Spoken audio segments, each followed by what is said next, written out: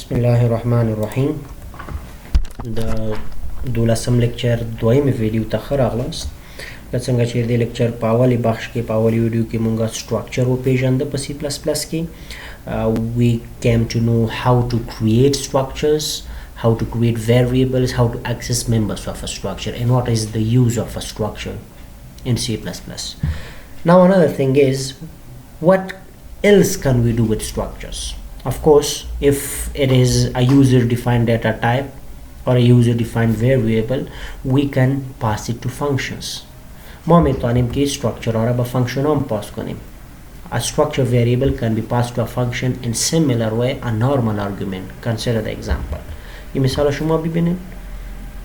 یعنی چطور میتونیم ما یک structure را در پرامیتر یک فانکشن پاس کنیم تا که در داخل فانکشن و اکسس شود و ما ازش استفاده کنیم. This example is for you.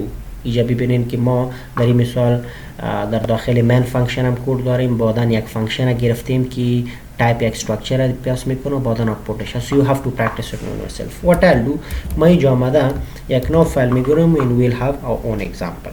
Let's just say ما یک new source file C++ میگیرم hash include iostream using namespace std and then the main function. در داخل main function let's just say I want to create a structure type. میخوام که یک قسم یک structure type داشته باشه. خب ایرا ما گلوبال میگیرم، یعنی اون که بیرون از من فانکشن. چرا بیرون از من فانکشن میگیرم؟ پیش در ویدیو اول ما در داخل من فانکشن استراکچر گرفته بودم، به خاطر که ما یک موضوع را خوانده بودیم با نام سکوپ آف وریبل، اگر یادتان باشه. اونجا ما را خوانده بودیم که کجا یک فانکشن را کرییت کنیم یا یک وریبل را کرییت کنیم تا که اکسسیبیلیتیش کنترل کنیم، سکوپش را کنترل کنیم که کجا اکسس خواهد شد و کجا نخواهد شد. که زه چیرته داخل د مین فانکشن کې یو structure کریټ کوم، نو هغه structure یوازې په داخل د مین فانکشن کې بیا قابل د اکسس کولو دی، بیرون د مین فانکشن نه بیا هغه نه اکسس کیږي ځکه هغه سکوپ لوکل ټو د فانکشن وي. خو زه غواړم چې دا structure یو بل فانکشن ته پاس کم، په بل فانکشن کې اکسس کم، هغه فانکشن به د مین فانکشن نه بیرون وي. نو په دې خاطر د دې سکوپ زه ګلوبال اخلم، د مین فانکشن نه بیرون د خپل structure ډیکلیئر کوم. فرضاً زه دلته یو structure ډیکلیئر کوم چې I'll create a structure as global struct keyword او داغه نو وروسته به structure ته نوم ورکوم. let's just say زه د student په نوم یک structure جوړوم. so that is my new structure, my new data type. دا زما نوې data type شو د student په نوم. و student related کوم information چې موږ غواړو ذخیره کو یا د student related کوم information موږ غواړو چې دلته access کو، هغه ټول چې هر ټایپ په داخل د structure کې موږ غوښته شو. let's just say ما میخوایم که نام یک شاگرد بگیرم، so I'll just make up, let's just say ID شه بگیرم، so I'll just make it string ID. This is the first piece of information. Let's just say I want to store the marks of different subjects, so that would be like integer subject 1 comma subject 2 comma subject 3 comma subject 4. میخوایم نمرات 4 مضامین بگیرم.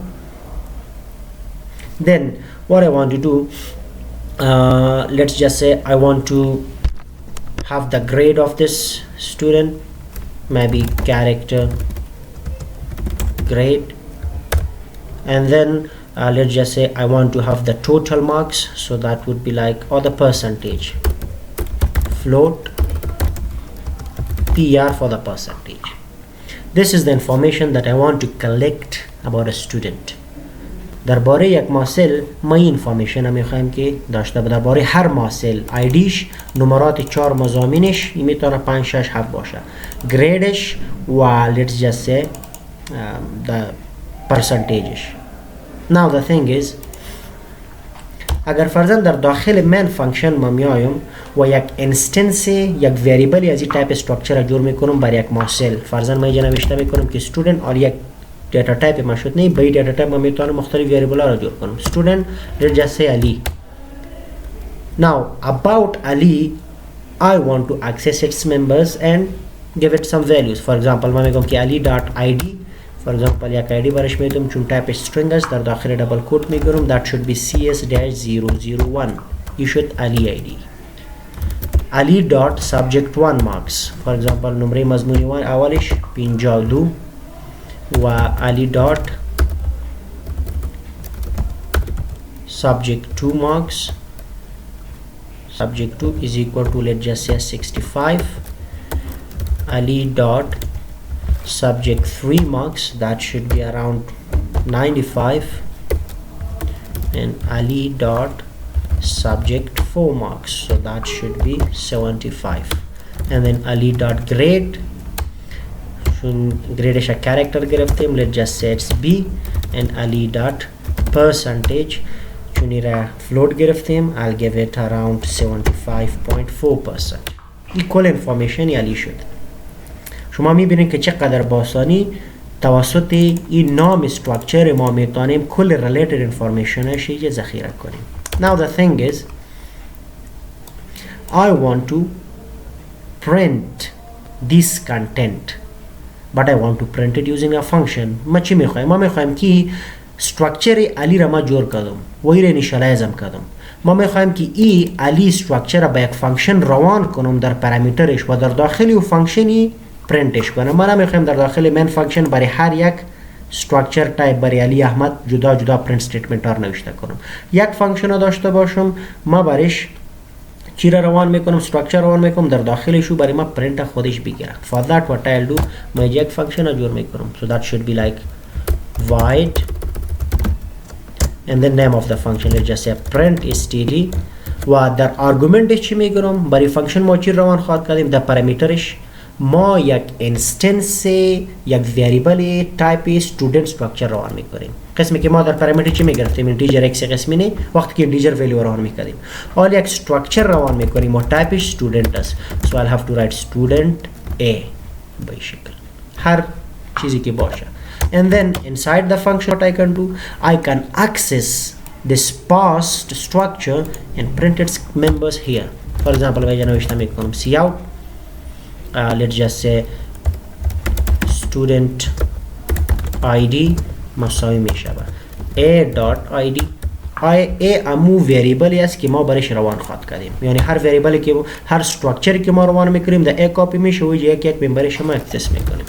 let's just say cout subject 1 marks is equal to a dot subject 1 and then I'll just put an endel here. ایجام یک endel هم اندازیم endel و ما ایرا کپی میکنم برای هر چار وریبل اینجا پیست میکنم. So that should be like a dot subject 2 a dot subject 3 and a dot subject 4 و اینجا آمده این string هایشان هم تغییر میدیم.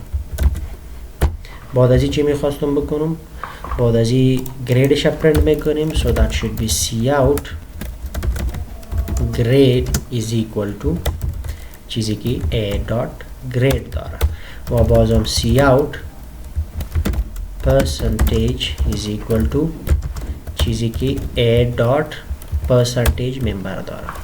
Here of course I need some endels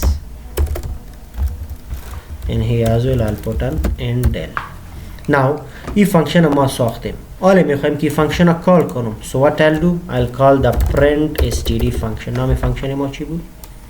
Yes this is print std ولی در داخلش حالا ببینین argument چی میخواه از ما در پرامیترش چی را باید پاس کنیم یک وریبل structure را پاس کنیم تا که او کپی شود او structure a و بعداً ازش این وریبل اپرش حالا ما یک structure را داریم نی بنام علی so I'll have to pass it here. حالا ببینین ایرا من رن میکنم this should be lecture 12 B. Here you are student id subject 1 mark subject 2 subject 3 subject 4 grade b percentage 75. اگر جا ببینین در داخل مین فانکشن ما چیزا نگفتیم ما فقط structure را ساختم اینیشالایز کردم و ای را به شکل پرامیتر با یک فانکشن روان کردم چیزی که در الی وجود داره با این مکمل کنتنتش ممبرایش رو کپی میشه در A و در داخلی فانکشن ما توسط دات اپراتور یک ممبرش اکسس میکنیم، پرینت میکنیم. با یک قدر آسانی و با یک قدر صفایی کد ما میتونیم این قدر زیاد وریبل ها را هندل کنیم. این دیگه هم صاف شده میتونه. فرضاً اگر من نخواهیم که اینجا چی کنم، به اصطلاح این وریبل ها را اینجا ما اینیشالایز کنم، ما میتونم میره به یک فانکشن پاس کنم، در داخل فانکشن استراکچر اینیشالایز شوه و پس ریترن شوه برای ما. چی شوه؟ پس برای ما ریترن شوه. How can we do that؟ او را چطور میکنیم؟ فرضاً ما میخوایم که what I'll do I'll just cut this all. اینجا یک فانکشن دیگه را میسازم و ایرم شما یاد میگیرین که ما چطور یک structure type ریترن میکنیم. حالا میخوایم که یک فانکشن داشته باشیم که برای ما یک variable structure ریترن کنه. So the return type of that should be the type of the structure. یعنی return type فانکشن ما چی میگیرم؟ student میگیرم و بعداً برش ما یک نام میتونم به این فانکشن خود. فرضاً return type student شد، نام فانکشن میمانم init std to initialize the student structure as if this. این شد یک فانکشن ما. قسم کی یک فانکشن است نی void print std قسم student init std. چرا این student؟ به خاطر که وقتی که ما خوانده بودیم وقتی که از یک فانکشن ما یک چیز ریترن میکنیم تایپش همو میگیریم. اگر فرضاً ما از این فانکشن اینتیجر ولیو ریترن میکردم تایپش اینتیجر میگرفتم. حالا ما میخوایم که یک وریبل استراکچر ریترن کنم، از این خاطر تایپ از این ما std میگیرم، student میگیرم، به خاطر که استراکچری که ریترن میکنم تایپ student خواهد بود. آره برای این فانکشن ما چند چیز روان میکنیم. اول string id برش روان میشه، بعداً integer s1 for the subject 1, integer s2 for the subject 2, integer s3 for the subject 3, integer s4 for the subject 4, and then we have a character g for the grade. I'll just make it g, and then we have a float p for the percentage. یعنی وریبل ما برش در پارامترش روان میکنیم. در داخل از این ببینیم چی میکنیم فانکشن. ما یک temporary variable structure student را جور میکنیم. So I'll just create a temp. بخاطر که در داخل می فانکشن اکسس میشه و جور میشه. یا ما برش همون نام علی میتونم به خاطر که کد ما کٹ کردیم. حالا اگر او کد ما اینجا پیست کنم ببینیم. ali.id ali.subject1 subject2 subject3 subject4 کلش اینجا باید اینشالایز شود. id را از کجا میگیره؟ از این پارامتر آیدیش from here. نمرات سابجکت 1 از کجا میگیره؟ از این پارامتر s1ش. با می ترتیب سابجکت 2 از s2 خواهد گرفت.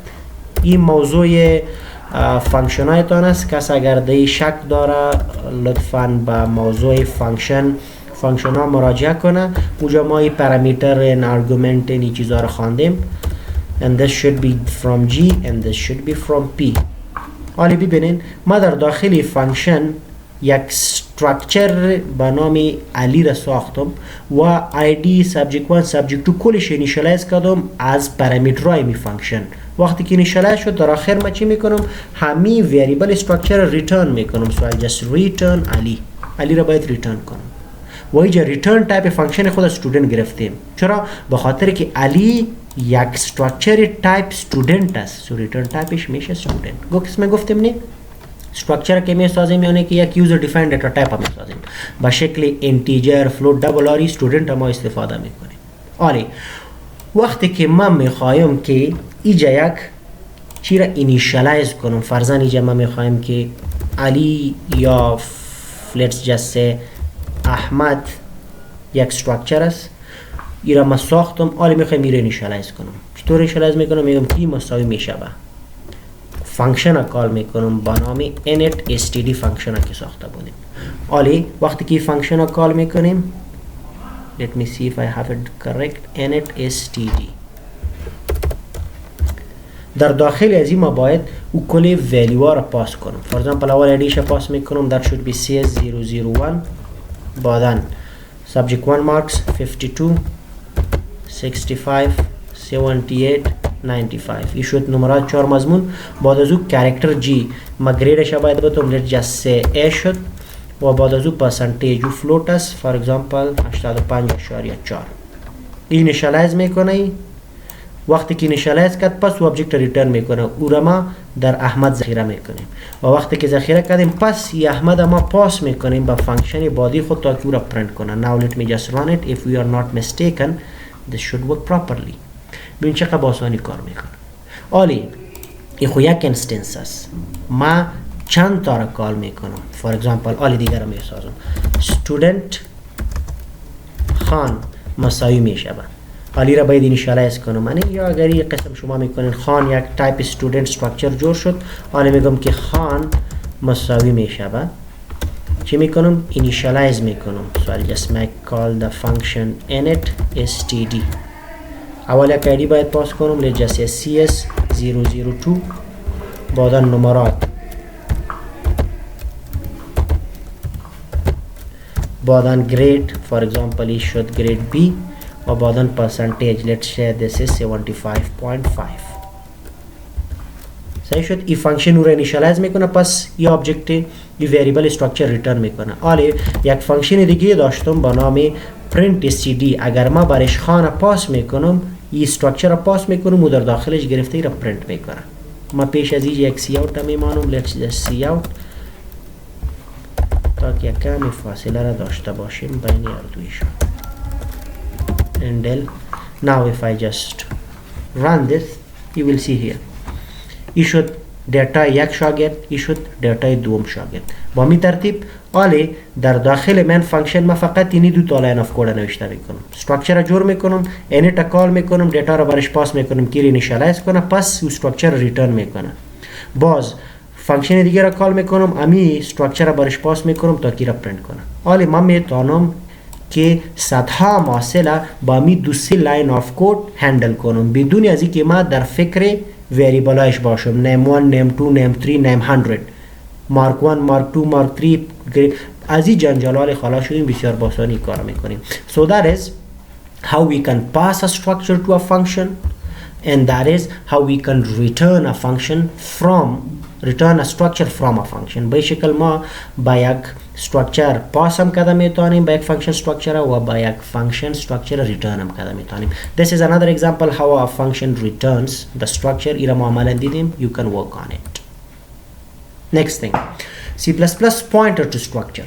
خب وقتی که ما گفتیم که structure ما یک user defined data type شد، ما ایرا اکسس هم کده میتونیم، ما ایرا با یک فانکشن پاس هم کده میتونیم، ریترن هم کده میتونیم. با یک دیتا تایپ ما یک کاری دیگه هم کده میتونستیم. او چی بود که او دیتا تایپ ما پوینتر رفرنس برای جور میکردیم. Can we do it with structure? Of course. قسمی که ما برای نیتیو تایپس مثلا اینتیجر، فلوت، دبل یک پوینتر را ساخته میتونستیم که در لکچر پیج در لکچر 11 پوینتر را خواندیم. اما قسم برای استراکچر هم ساخته میتونیم به این شکل. فرضاً من یک استراکچر دارم با نام temp.